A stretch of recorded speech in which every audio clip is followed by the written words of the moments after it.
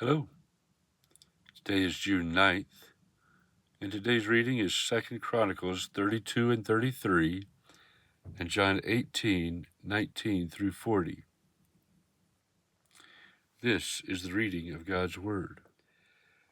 After these things and these acts of faithfulness, Sennacherib, king of Assyria, came and invaded Judah and encamped against the fortified cities, thinking to win them for himself. And when Hezekiah saw that Sennacherib had come and intended to fight against Jerusalem, he planned with his officers and his mighty men to stop the water of the springs that were outside the city, and they helped him. A great many people were gathered, and they stopped all the springs and the brook that flowed through the land, saying, "Why should the kings of Assyria come and find much water?" He set to work resolutely and built up all the wall that was broken down and raised towers upon it. And outside it he built another wall, and he strengthened the Millo in the city of David. He also made weapons and shields in abundance. And he set combat commanders over the people, and gathered them together to him in the square at the gate of the city, and spoke encouragingly to them, saying, "Be strong and courageous. Do not be afraid or dismayed before the king of Assyria and all the horde that is with him, for there are more with us than with him. With him is an arm of flesh, but with us is the Lord our God to help us and to fight our battles." And the people took confidence from the words of Hezekiah, king of Judah.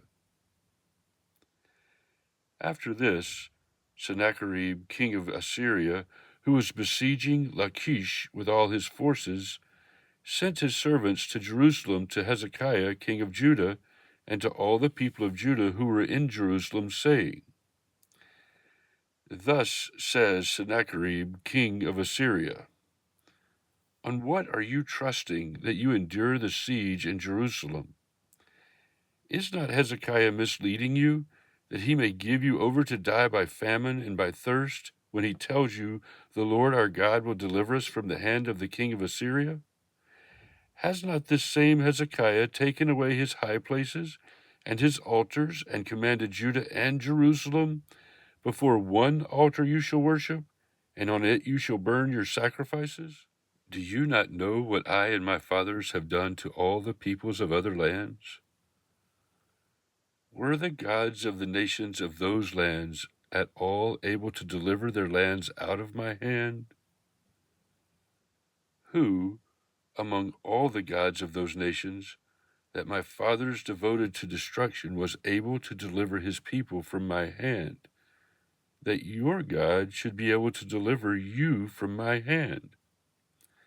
Now, therefore, do not let Hezekiah deceive you or mislead you in this fashion, and do not believe him, for no God of any nation or kingdom has been able to deliver his people from my hand or from the hand of my fathers. How much less will your God deliver you out of my hand?" And his servants said still more against the Lord God and against his servant Hezekiah. And he wrote letters to cast contempt on the Lord, the God of Israel, and to speak against him, saying, "Like the gods of the nations of the lands who have not delivered their people from my hands, so the God of Hezekiah will not deliver his people from my hand."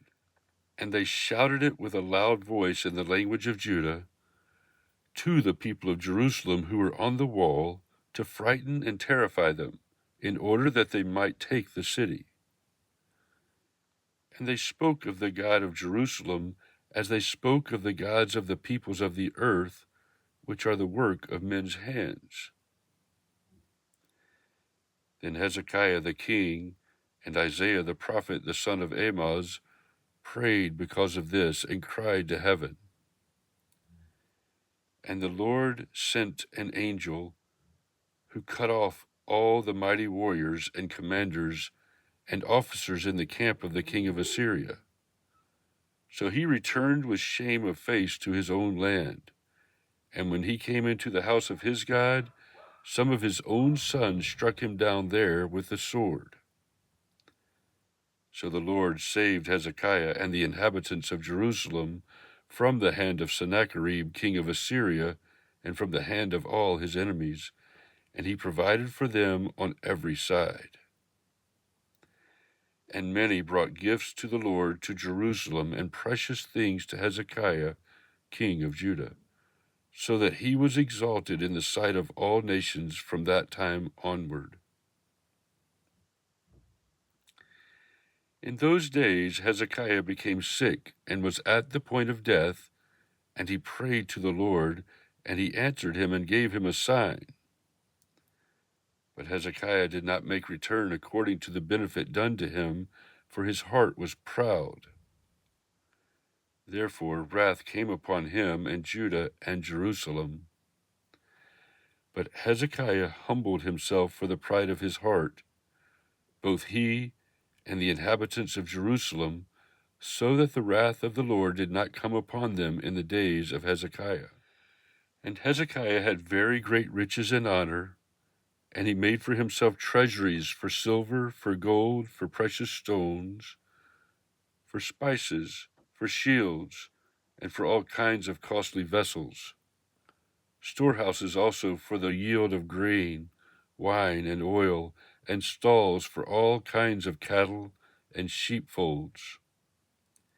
He likewise provided cities for himself, and flocks and herds in abundance, for God had given him very great possessions. This same Hezekiah closed the upper outlet of the waters of Gihon, and directed them down to the west side of the city of David. And Hezekiah prospered in all his works. And so in the matter of the envoys of the princes of Babylon, who had been sent to him to inquire about the sign that had been done in the land, God left him to himself, in order to test him and to know all that was in his heart. Now the rest of the acts of Hezekiah and his good deeds, behold, they are written in the vision of Isaiah the prophet, the son of Amoz, in the book of Kings of Judah and Israel. And Hezekiah slept with his fathers, and they buried him in the upper part of the tombs of the sons of David, and all Judah and the inhabitants of Jerusalem did him honor at his death. And Manasseh his son reigned in his place. Manasseh was 12 years old when he began to reign, and he reigned 55 years in Jerusalem. And he did what was evil in the sight of the Lord, according to the abominations of the nations whom the Lord drove out before the people of Israel. For he rebuilt the high places that his father Hezekiah had broken down, and he erected altars to the Baals, and made Asheroth, and worshipped all the host of heaven, and served them. And he built altars in the house of the Lord, of which the Lord had said, In Jerusalem shall my name be forever. And he built altars for all the host of heaven in the two courts of the house of the Lord. And he burned his sons as an offering in the valley of the son of Hinnom, and used fortune-telling and omens and sorcery, and dealt with mediums and necromancers. He did much evil in the sight of the Lord, provoking him to anger. And the carved image of the idol that he had made he set in the house of God, of which God had said to David and to Solomon his son, In this house and in Jerusalem, which I have chosen out of all the tribes of Israel, I will put my name forever, and I will no more remove the foot of Israel from the land that I appointed for your fathers, if only they will be careful to do all that I commanded them, all the law, the statutes, and the rules given through Moses. Manasseh led Judah and the inhabitants of Jerusalem astray, to do more evil than the nations whom the Lord destroyed before the people of Israel. The Lord spoke to Manasseh and to his people, but they paid no attention. Therefore the Lord brought upon them the commanders of the army of the king of Assyria, who captured Manasseh with hooks and bound him with chains of bronze and brought him to Babylon. And when he was in distress, he entreated the favor of the Lord his God, and humbled himself greatly before the God of his fathers. He prayed to him, and God was moved by his entreaty and heard his plea, and brought him again to Jerusalem into his kingdom. Then Manasseh knew that the Lord was God. Afterward he built an outer wall for the city of David west of Gihon, in the valley, and for the entrance into the fish gate, and carried it around Ophel, and raised it to a very great height. He also put commanders of the army in all the fortified cities in Judah.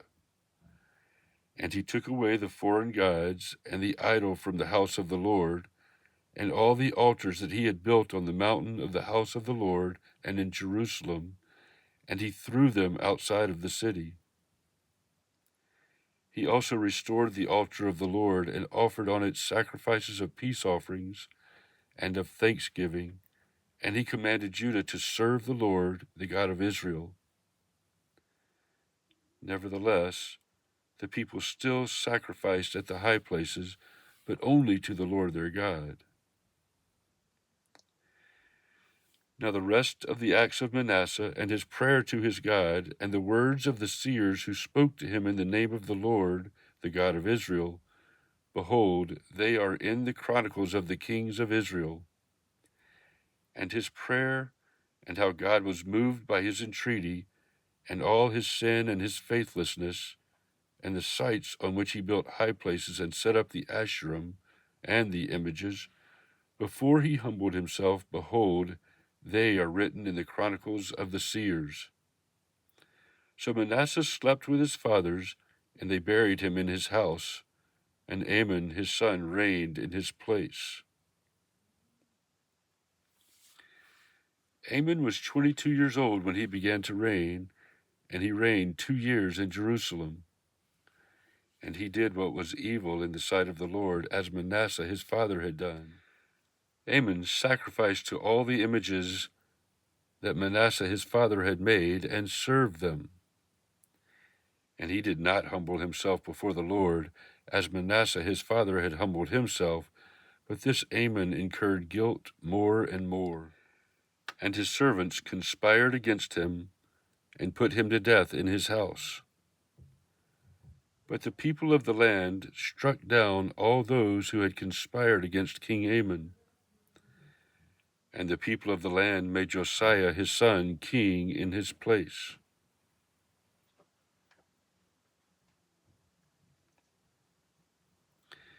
John 18:19 through 40. The high priest then questioned Jesus about his disciples and his teaching. Jesus answered him, I have spoken openly to the world. I have always taught in synagogues and in the temple, where all Jews come together. I have said nothing in secret. Why do you ask me? Ask those who have heard me what I said to them. They know what I said. When he had said these things, one of the officers standing by struck Jesus with his hand, saying, Is that how you answer the high priest? Jesus answered him, If what I said is wrong, bear witness about the wrong. But if what I said is right, why do you strike me? Annas then sent him bound to Caiaphas the high priest. Now Simon Peter was standing and warming himself. So they said to him, You also are not one of his disciples, are you? He denied it and said, I am not. One of the servants of the high priest, a relative of the man whose ear Peter had cut off, asked, Did I not see you in the garden with him? Peter again denied it, and at once a rooster crowed. Then they led Jesus from the house of Caiaphas to the governor's headquarters. It was early morning. They themselves did not enter the governor's headquarters, so that they would not be defiled, but could eat the Passover. So Pilate went outside to them and said, "What accusation do you bring against this man?" They answered him, "If this man were not doing evil, we would not have delivered him over to you." Pilate said to them, "Take him yourselves and judge him by your own law." The Jews said to him, "It is not lawful for us to put anyone to death." This was to fulfill the word that Jesus had spoken, to show by what kind of death he was going to die. So Pilate entered his headquarters again and called Jesus and said to him, "Are you the king of the Jews?" Jesus answered, "Do you say this of your own accord, or did others say it to you about me?" Pilate answered, "Am I a Jew? Your own nation and the chief priests have delivered you over to me. What have you done?" Jesus answered, "My kingdom is not of this world. If my kingdom were of this world, my servants would have been fighting that I might not be delivered over to the Jews. But my kingdom is not from the world." Then Pilate said to him, "So you are a king?" Jesus answered, "You say that I am a king. For this purpose I was born, and for this purpose I have come into the world, to bear witness to the truth. Everyone who is of the truth listens to my voice." Pilate said to him, "What is truth?" After he had said this, he went back outside to the Jews and told them, "I find no guilt in him. But you have a custom that I should release one man for you at the Passover. So do you want me to release to you the king of the Jews?" They cried out again, "Not this man, but Barabbas." Now Barabbas was a robber.